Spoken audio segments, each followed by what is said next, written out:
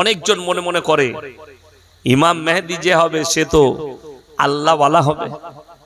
ভাবেন না কথা বলে না, ইমাম মেহেদী তার মানে সে জন্ম থেকে আল্লাহ ওয়ালা হবে। আল্লাহ রাসূল সাল্লাল্লাহু আলাইহি সাল্লাম হাদিস বর্ণনা করলেন, ইমাম মেহেদী আত্মপ্রকাশের আগের দিন পর্যন্ত কেউ চিনতে পারবে না এটা ইমাম। ইমাম মেহেদী যেদিনে আত্মপ্রকাশ করবেন তার আগের দিন পর্যন্ত কোনো মানুষ জানবে না এটা ইমাম মেহেদী। এক রাত্রির মধ্যে আল্লাহ তার পরিবর্তন ঘটাবেন, এক রাত্রিতে আল্লাহ তার পরিবর্তন ঘটিয়ে আত্মপ্রকাশ পাবে ইমাম মেহেদী। আর সেই হবে কমান্ডার, সেই দাজ্জালের সঙ্গে মহাযুদ্ধ করবে এবং উনার দলে যিনি যোগ দিবেন তেনার নাম হচ্ছে হযরতে ঈসা মসীহ। আল্লাহ সিরিয়ার মাটিতে দামেস্কের মসজিদে নামাবেন আসরের নামাজে। কাকে? হযরতে ঈসা মসীহকে। আর উনি যুদ্ধ করতে শুরু করবেন এবং ওই যে টেম্পলটা থাকবে, এখন যেটা আল আকসা মসজিদ দেখছেন, গোল্ডেন কালারটা কিন্তু মসজিদ নয়। অনেকজন গোল্ডেন কালারের গম্বুজ থেকে মনে করছেন ওটাই আল আকসা মসজিদ, ভুল। ওই যেটা গোল্ডেন কালারের দেখছেন ওই জায়গাতেই রাসূল আকরাম সাল্লাল্লাহু আলাইহি সাল্লামের জন্য বোরাক এসেছিল। ওই জায়গাতেই নবীজি চেপে সাত আসমানে গিয়েছিলেন মেরাজের রাত্রিতে। জোরে বলুন সুবহানাল্লাহ। অরিজিনাল মসজিদ হচ্ছে ব্ল্যাক কালারের গম্বুজটা, ওইটা হচ্ছে অরিজিনাল মসজিদ। এই ইসরায়েলের একটা এবং আমেরিকার একটা বড় চাল, পৃথিবীর মুসলমানকে ধোঁকা দিয়ে খালি গোল্ডেন কালারটাকেই ছবিটা পোস্ট করছে ফেসবুকে, যেহেতু এটা ভাঙতে সুবিধা হবে। আর ওইটাই হবে আজকে ফিলিস্তিন শেষের দিকে, গাজা শেষ, দখল হবে। কিয়ামতের আলামতগুলো আরামসে প্রকাশ পাচ্ছে। আপনি তৈরি হন কিসের জন্য? পরকালের জন্য, অন্য কিছু না। আমার বক্তব্য এরপরে আমি শুরু করব। আমার বন্ধুগণ, আপনারা বলুন তো 5 ওয়াক্তের নামাজ ফরজ না ফরজ নয়? কথা বলেন জোরে। ফরজ। আপনি গোটা এই হরিপাল থানায় সমীক্ষা করুন, আমি বলে যাচ্ছি 100 জনের মধ্যে 80 জন বেনামাজি বেরোবে। ঠিক বললাম না ভুল বললাম? এর মধ্যে 70% এমন মুসলিম পাবেন যারা ইচ্ছাকৃতভাবে নামাজ কাজা করে। আল্লাহ রাসূল সাল্লাল্লাহু আলাইহি সাল্লাম বললেন, যার নামাজ নেই তার মধ্যে ইসলাম নেই। যার নামাজ নেই তার মধ্যে ইসলাম নেই। আপনি ভেবে দেখুন, যদি আপনার মধ্যে 5 ওয়াক্তের নামাজ না থাকে, আপনি যত বড়ই জ্ঞানী হন, যত বড়ই রাজা হন, বাদশা হন, নেতা হন, আল্লাহর কসম খেয়ে বলছি, রাসূলের হাদিস, তার মধ্যে ইসলাম নাই। তুমি যেই হও। আর একটা লোক মাঠে খাটে, একটা লোক লোকের বাড়িতে কাজ করে, লোকটা 5 ওয়াক্তের নামাজ পড়ে, আমি চ্যালেঞ্জ ছুড়ে বললাম তার মধ্যে ইসলাম আছে, তার মধ্যে ইসলাম আছে। এরপর ভেবে দেখুন, অনেক সাধারণ লোক আছে আমাদের, তারা এত জ্ঞানী, চায়ের দোকানে কি বলে জানেন? আমি নামাজ না পড়তে পারি, রোজা রাখতে পারি, গ্রামে আমি ভালো লোক। এরকম মাল আছে না? না, সব গ্রামে কম বেশি 2, 4, 10টা করে বেরোবে। আমি আমার গলসি থানায়, হরিপালের কথা লয়, গলসি থানায় দেখিয়ে দেবো, এমন লোক আছে ঈদ বাকরা ঈদও পড়ে না। এরকম লোক আছে না? নাই, অনেক গ্রামে ঈদ বাকরা ঈদও পড়ে না। সেই লোকের জানাজা ধুমধাম হচ্ছে, সেই লোকের জানাজা ধুমধাম হচ্ছে। আপনি বলছেন আমার মামাই তো ভাই, কেউ বলছে আমার ফুফুই তো ভাই, আহা মারা গেল। আবে হুজুরকে জিজ্ঞেস কর তার জানাজা পড়া যাবে কিনা, আমাদের মতো মৌলবীদিকে জিজ্ঞেস কর। আপনি বলবেন গুঁড়া মৌলবী। আমাকে একটা ইমাম যদি ফতোয়া দেয়, তাকে বলবেন একে রাখা যাবে না। কে বললো জানাজা পড়া যাবে না? আর আমি চ্যালেঞ্জ ছুড়ে বললাম যে জীবনে আল্লাহর ঘরে পা রাখেনি, জীবনে ঈদ বাকরা ঈদ পড়েনি, যে নামাজের ধার ধারে না, অথচ সে বলে আমি ভালো লোক, তার জানাজা পড়ে লাভ নাই, তো তাকে নিয়ে গিয়ে পুঁতে দেন। তাকে জানাজা কেন পড়বেন? তাকে বল তুই মরে গেলে অসুবিধা নাই, পুঁতে দেব। বুঝলেন? আমার গ্রামে একজন লোক আছে, ভালোবাসে আমাকে, আমাদেরই আত্মীয় হয়। তো সে তাকে আমি বলছি যে তুমি নামাজ পড়ো, তোমাকে আমি পাঞ্জাবি দেবো, লুঙ্গি দেবো, আর তুমি প্রত্যেক দিন যা খাবে তোমাকে আমি টাকা দেবো। এটা আমি তাকে বললাম। কি বললো জানেন? আমাকে তুতুকারি করে। আমি যেহেতু ছেলের বয়সী আর আমার খুব কাছে, ভালোবাসে, বলছি ইয়াসিন শোন, যারা পাপ করে তারা নামাজ পড়ে। আর কোনো উত্তর দিতে পারবো আমি? কি বলছেন? কত বড় মুমিন বুঝতে পেরেছেন? সে জীবনে নামাজ পড়ে না, মসজিদে ঢুকে না, নিজের মায়ের জানাজাও পড়েনি। আমি তাকে বললাম অসুবিধা নেই, তুমি মরে গেলে তোমার জানাজা ইয়াসিন পড়বে না। আর আমি বাস্তব বলছি, সে যদি পরিবর্তন না হয় তার জানাজা আমি পড়বো না, থাকলেও পড়বো না। জানাজার নামাজ পড়া যাবে না। একদম ডাইরেক্ট অস্বীকার করছে যে যারা পাপ করে তারা নামাজ পড়ে। বড় কষ্ট লাগে। আল্লাহ তাআলা কোরআনে এরকম কোন জায়গায় বলেনি পাপীদের জন্য নামাজ। আল্লাহ তাআলা বলেছে আকিমিস সালাহ ওয়া আতুজ যাকাত। একটা মুসলিমের জন্য, যে আল্লাহকে বিশ্বাস করেছে, রাসূলকে, তার জন্য ফরজ হচ্ছে সে 5 ওয়াক্তের সালাত আদায় করবে, নামাজ পড়বে। কিয়ামতের দিনে দুটো রাস্তা হবে। কটা বললাম? দুটো। একটাই জান্নাতীরা প্রবেশ করবে, একটাই জাহান্নামীরা। আমার আল্লাহ তাআলা কোরআনে বললেন জান্নাতী যারা থাকবে তারা জাহান্নামী দিকে দাঁড় করিয়ে ফেলবে। ফি জান্নাতি ইয়াতাসাআলুনা আনিল মুজরিমিনা মা সালাকাকুম ফি সাকার। এই জাহান্নামী ভাইরা দাঁড়াও দাঁড়াও দাঁড়াও, তোমরা বলতে আমরা পাড়ার ভালো লোক, আমরা পাড়ার মাতব্বর, আমরাই তো গ্রামের ভালো লোক, আজকে জাহান্নামে যাচ্ছ? আল্লাহর কসম কোরআনে আল্লাহ উত্তর দিয়েছেন। সেই জাহান্নামীরা উত্তর ঠুকবে, উত্তর পাঠাবে কাদের কাছে? দুঃখ করে চোখের পানি ফেলিয়ে উত্তর বলবে ক্বালু লাম নাকু মিনাল মুসাল্লিন, আমরা নামাজি মুসল্লি ছিলাম না, আল্লাহ তাই আমাদেরকে জাহান্নামে পাঠিয়েছে। সবাই হাত তুলে বলুন আজ থেকে 5 ওয়াক্তের নামাজি হব। হাত তুলে বলুন ইনশাআল্লাহ। হ্যাঁ, ক্বালু লাম নাকু মিনাল মুসাল্লিন, আমরা নামাজি মুসল্লি ছিলাম না।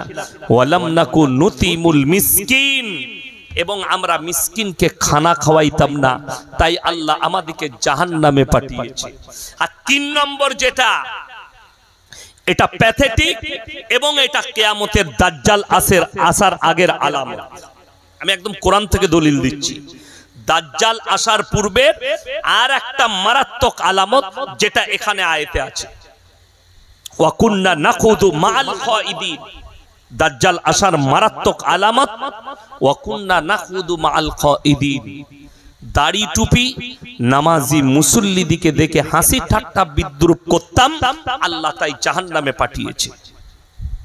আল্লাহ তাআলা আপনি মনে করেন না যে ইলমগুলোকে আগে তুলে নেবেন, কোরআনের আয়াতগুলোকে আগে তুলবেন কিয়ামতের পূর্বে? না, আল্লাহ ইলমের থেকে আগে আলেম দিকে তুলে নেবেন দুনিয়া থেকে। কখন? যখন লোক আলেমদের সঙ্গে দুর্ব্যবহার করতে লাগবে। এটা দাজ্জাল আসার একটা বড় আলামত। ইমাম দিকে বেইজ্জতি করা হবে, সমাজের বুকে একটা আলেমের কোনো দাম থাকবে না, কোনো কথাই চলবে না। আজকে একটা দামি কথা বলে যাচ্ছি, আজকে ইয়াসিন সাহেব ভাইরাল বক্তা, ওকে দাওয়াত দিয়ে নিয়ে আয়, আমাকে টাকা দিয়ে নিয়ে আসছেন, ঠিক আছে, ভালোবাসা কি আছে আমি জানি না।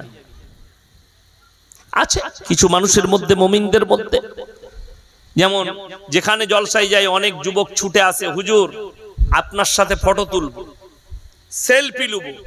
সেলফি কিন্তু আমার সাথেই লিখছে, বলছে হুজুর আপনার ভক্ত, বয়ান আমার শুনে, বয়ান বড় বড় আলেমদের শুনছে, বড় বড় স্কলারদের, কিন্তু আমল করছে বেঈমান আর কাফের আর মুশরিকের।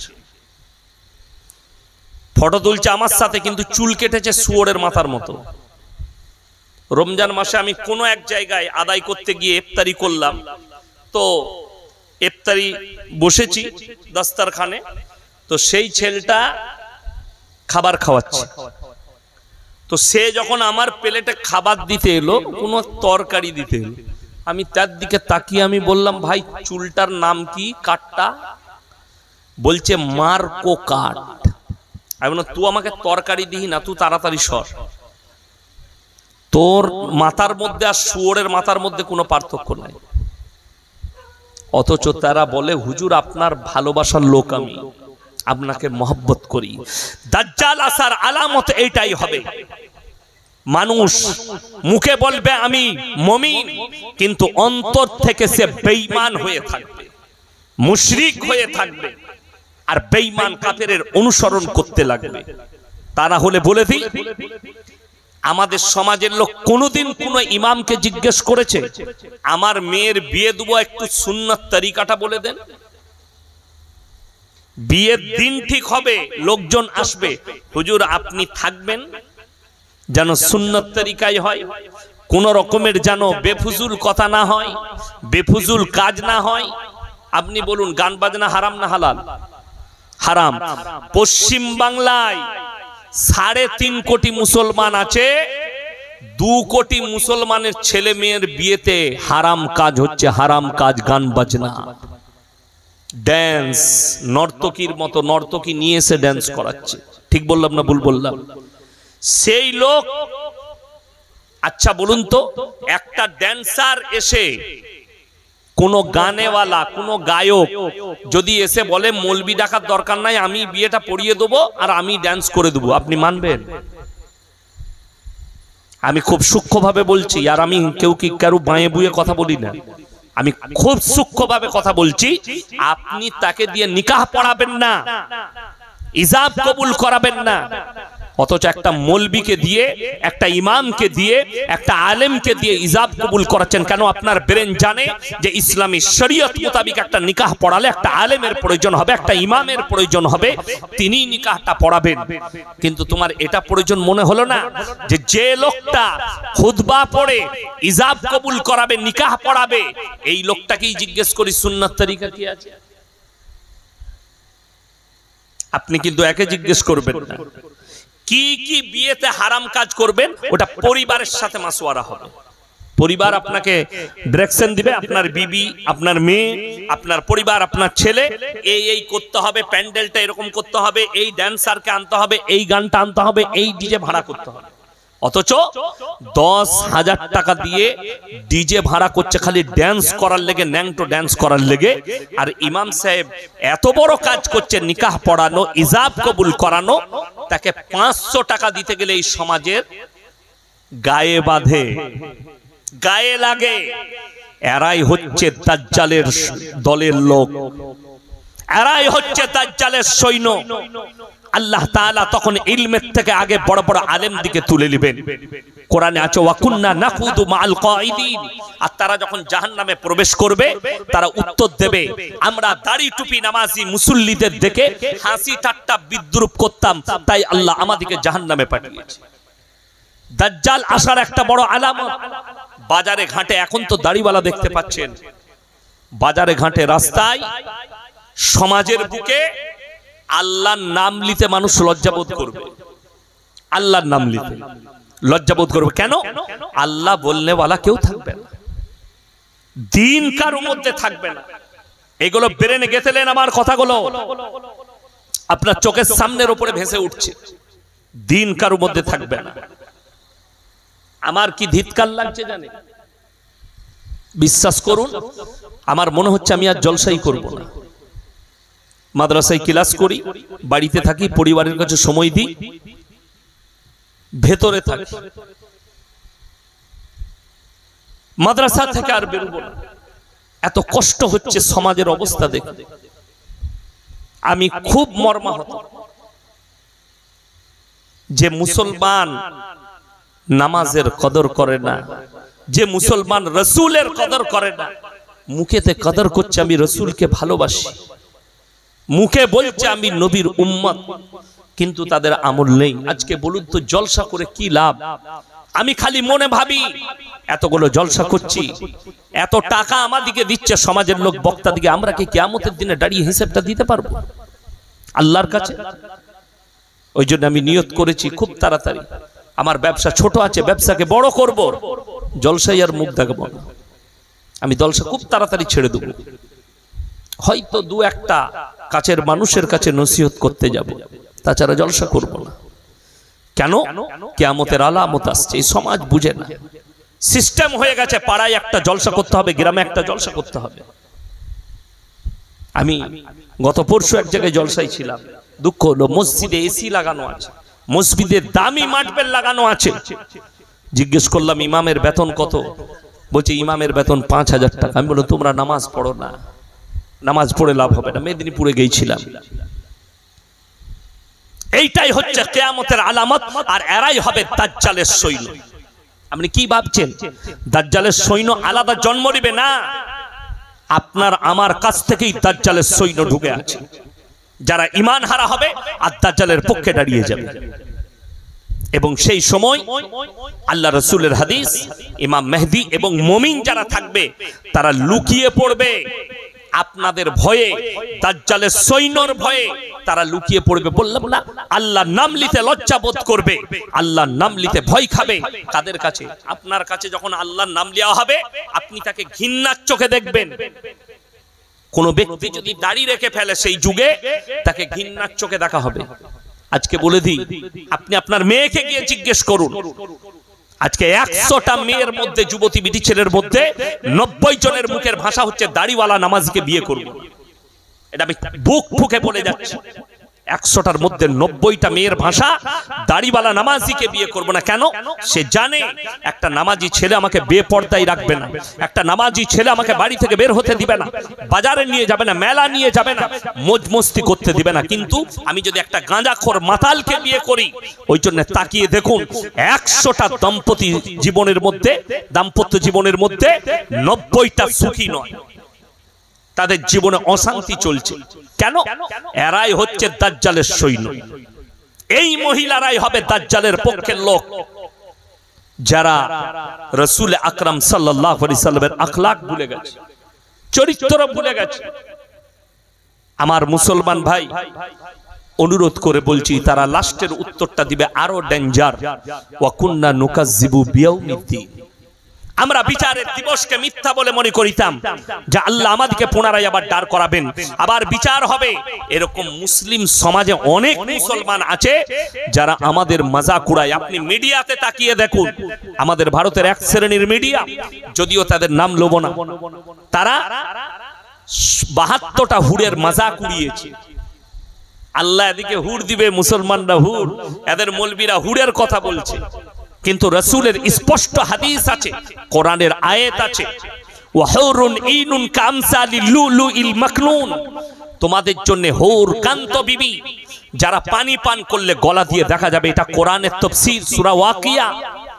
ওয়াহুরুন ইনুন কামসালিল লুলুইল মাকনুন। যেমন ভাবে তোমরা একটা হীরে মতি মুক্তকে লুকিয়ে রাখো ডিব্বার ভেতরে, তার উপরে ডিব্বা, তার ভেতরে আলমারি, তার উপরে লকার, যেভাবে লুকিয়ে রাখো, আমি আল্লাহ তোমাদের জন্য হুর বিবিদিকে ওইভাবে লুকিয়ে রেখেছি। তুমি জান্নাতে প্রবেশ করে তুমি প্রথম তাদেরকে স্পর্শ করবে। জোরে বলুন সুবহানাল্লাহ। আজকে অনেক মুসলমান এই চ্যানেলে বসে আমাদের মতো দাড়ি টুপিওয়ালার মজাক উড়াচ্ছে, হাসছে।